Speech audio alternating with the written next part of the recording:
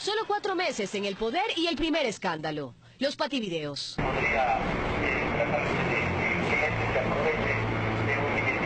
El protagonista, Ricardo Patiño, en mayo del 2007, como ministro de Finanzas, tramando lo que sería una manipulación al mercado. Por este movimiento, sus acompañantes, tenedores de bonos, podrían haberse beneficiado con 50 millones de dólares. Años después, los Wikileaks confirman la tesis. 2008, la ministra de Salud, Caroline Chang, y sus 115 ambulancias con sobreprecio.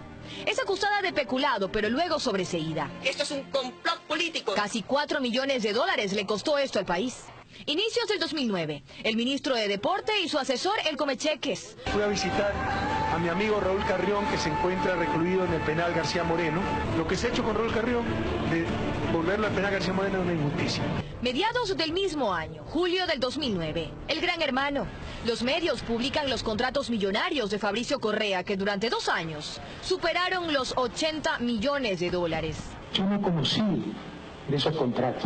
Pero su propia veeduría reiteraba que conocía todo. El señor presidente de la República indica textualmente: sí conocía de la compra de la empresa Cosurca. Lo único que supe fue la compra de Cosurca. Luego, en otra parte indica: sí conocía del préstamo de la Corporación Financiera Nacional.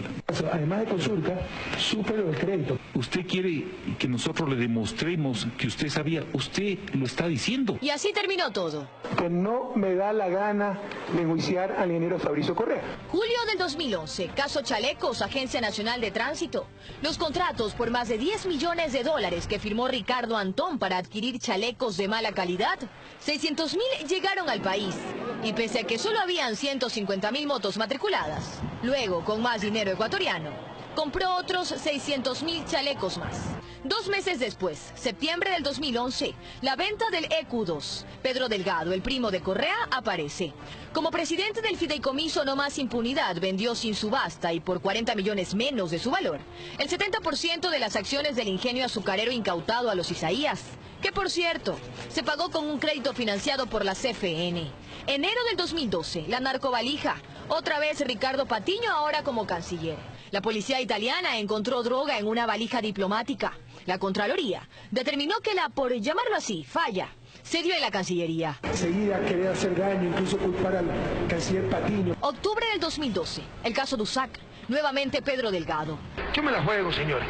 El Banco Central, sin garantía alguna, entregó 800.000 dólares en crédito del Banco Cofiec al argentino Gastón Dusac. Un gran abrazo a Pedro Delgado, un hombre honrado, un hombre valiente, un hombre preparado, que está haciendo un gran trabajo. Pero los funcionarios del banco comienzan a hablar. Pedro Delgado llamó a preguntar el estatus de la operación. ¿Cuál era el apetito de ellos? Desconozco. Y mientras desde el gobierno le hacían homenajes y el expresidente rompía diarios que hablaban de su primo. Destituirlo. ¿Por qué? Por el escándalo que hace una prensa tremendamente corrupta. Se descubría que incluso Delgado tenía título falso. Todo eso se la ha derrumbado. Ahora resulta que no tiene título economista. Finalmente, en diciembre de ese año, la mentira no dio más. Porque debo reconocer, con hombría de bien, que cometí un error, gravísimo error, hace 22 años. Tomé una decisión equivocada y para alcanzar un objetivo académico cometí una falta que hoy me está costando muy caro. No viene al caso abundar en los detalles del por qué o bajo qué circunstancias a INCAES entregó un documento sin valor que me acreditaba un título que no ostentaba. Pero con la venia del expresidente Pedro Delgado salió del país. Ya salió del país, se encuentra en Miami, porque mañana se casa el hijo mayor de Pedro Delgado. Pero frente a esa circunstancia familiar, digo, bueno, no voy, pero vuelvo después de Nochebuena, Navidad, etc. Delgado fue sentenciado a 8 años de prisión, pero sigue en Miami. Nunca volvió al país. Y a Buñay, directivo de Cofiec, Correa lo indultó 7 días antes de dejar de ser presidente, mientras que Dusac sigue sin devolver el millonario favor que recibió por parte de empresas manejadas por el anterior gobierno. Rafael maneja la fiscalía, maneja la Contraloría, maneja los jueces. Y un caso parecido al del título falso de Pedro Delgado apareció también por esos días, finales del 2012. La cuestionada tesis señalada como plagiada del vicepresidente Jorge Glass. Luego retomamos su historia. Vamos al 2015. Cae el último truco. 4 de los 7 helicópteros comprados por 45 millones de dólares ya se habían accidentado. Hoy ninguno está en el aire. Quien se negó a comprarlos en el 2007 y denunció, el general Gabela, recibió amenazas y finalmente fue asesinado en el 2010. Abril de 2016, los Panama Papers explotan las primeras evidencias de corrupción en Petroecuador. Caen de a uno. Alex Bravo, aquí con el ex vicepresidente. Él habría recibido 12 millones de dólares. El ex ministro de Electricidad, Alexei Mosquera, 1 millón. Y 2 millones más el ex ministro de Hidrocarburos, Carlos Pareja Llanuselli.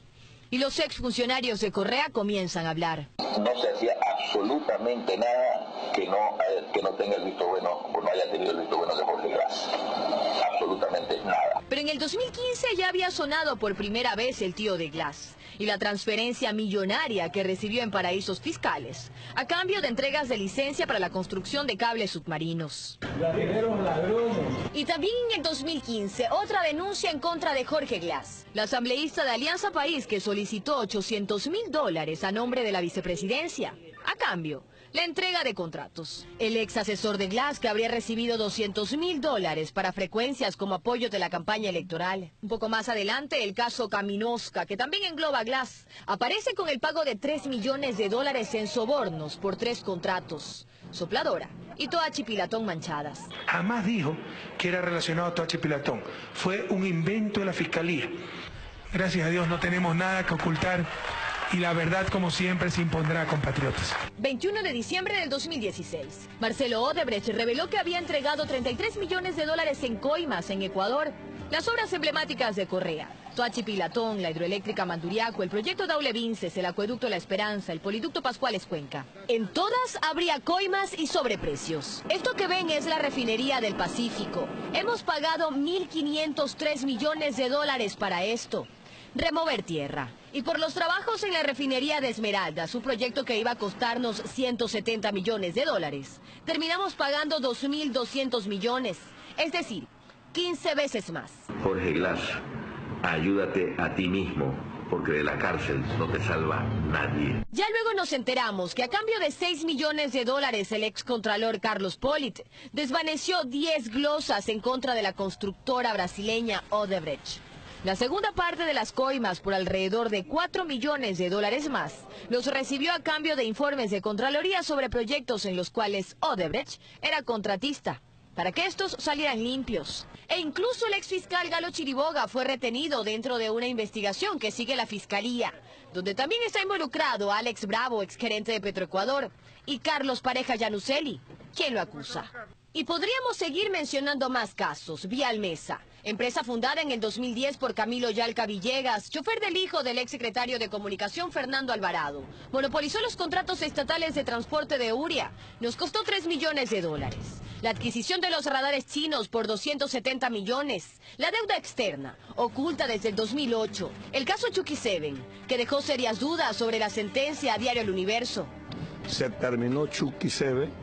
Ahí quedarán sus viudas. Yachay, los 210 millones en inversión investigados por la Contraloría. Esta es una empresa sobredimensionada en sus recursos humanos. Pegaso, y los $780.000 que nos costó nuestra corta era espacial. La iniciativa Yasuní TT. Durante 3 años gastó $7 millones en viajes, el manejo de Gamavisión y los otros canales. Y otros casos que se van confirmando, lo más reciente. 21 de noviembre del 2017. Richard Espinosa y la desaparición de los $2.507 millones de las cuentas del IES. Finalmente fue destituido como presidente del Consejo Directivo del IES. 30 de enero del 2018, los hermanos Alvarado y sus $161 millones de ingresos durante la década del gobierno de Correa. La unidad de análisis financiero confirmó movimientos inusuales en sus cuentas y empresas. Los principales ingresos los recibió Vinicio Alvarado a través de su compañía creacional, que obtuvo pagos de los canales estatales Gama TV y TC Televisión por casi $500.000. Uno de sus principales clientes era Televisión Satelital de Ricardo Rivera, tío del ex vicepresidente Jorge Glass. Además de Odebrecht, a la que, por cierto, los hermanos Alvarado defendían. Esto sin contar que cuando fue ministro de Turismo, Vinicio Alvarado, su hija fue productora del documental All You Need Is Ecuador, campaña que nos costó $19 millones. 6 de febrero del 2018, la Contraloría confirma que halló indicios de responsabilidad penal contra más de 20 funcionarios por las sabatinas. $30.000 nos costó cada una de ellas. Se hicieron 523. Y nos enteramos de más cosas. Los encargados de la logística de los enlaces ciudadanos debían cumplir con 99 requerimientos para su montaje. Desde la mantelería que debía ser aprobada por la Secretaría de Comunicación, la iluminación hasta la tarima para los artistas. 7 de febrero del 2018.